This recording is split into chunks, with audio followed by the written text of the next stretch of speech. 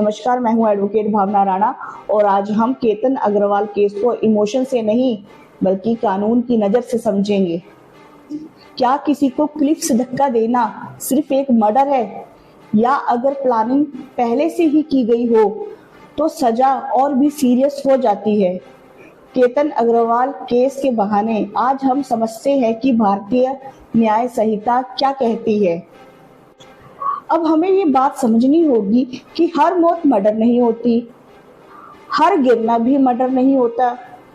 तो कोर्ट सबसे पहले देखता है कि मौत कैसे हुई, इंटेंशन थी या नहीं, प्लानिंग थी या नहीं, एविडेंस क्या कहते हैं। इसलिए सबसे इम्पोर्टेंट होता है यहाँ इन्वेस्टिगेशन। एक यंग बिजनेसमैन, शादी की तैयारी, बर्थडे सेलिब्रेशन और कुछ घंटों के बाद मौत। स्टार्टिंग में इसे एक एक्सीडेंट बताया गया, लेकिन बाद में पुलिस इन्वेस्टिगेशन के बाद आरोप लगाए गए कि ये एक प्री प्लान मर्डर कंस्पिरेसी हो सकती है।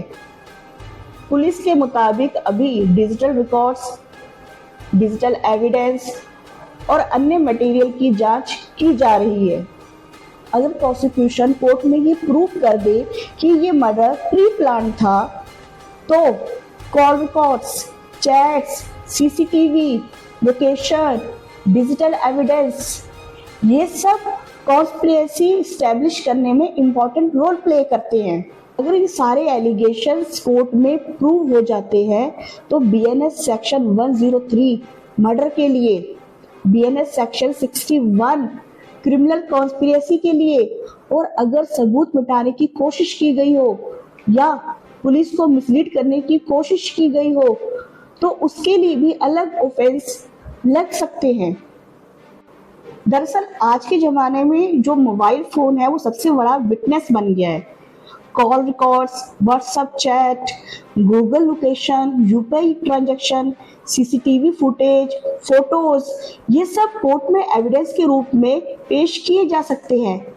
लेकिन अगर ये कानूनी तरीके से लिए गए हों, सबसे बड़ी गलती लोग क्या करते हैं, सोशल मीडिया पर किसी को भी तुरंत क्रिमिनल मान लेते हैं।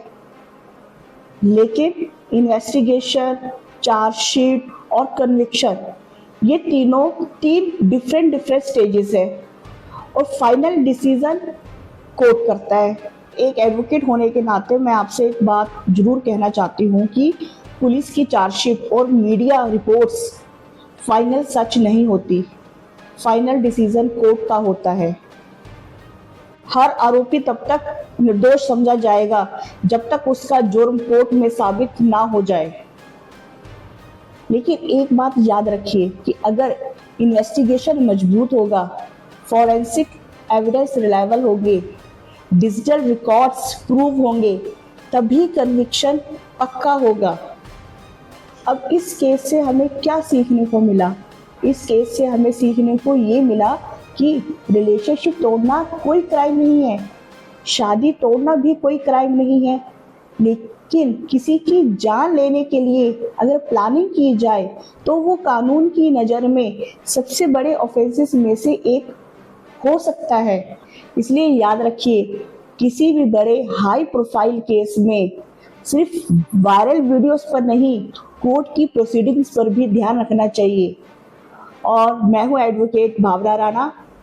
अगर आप इसी तरह बड़े बड़े क्रिमिनल केसेस के लीगल एनालिसिस सिंपल वर्ड्स में चाहते हो तो डीआरबीडी लीगल युक्ति को फॉलो जरूर करें। धन्यवाद।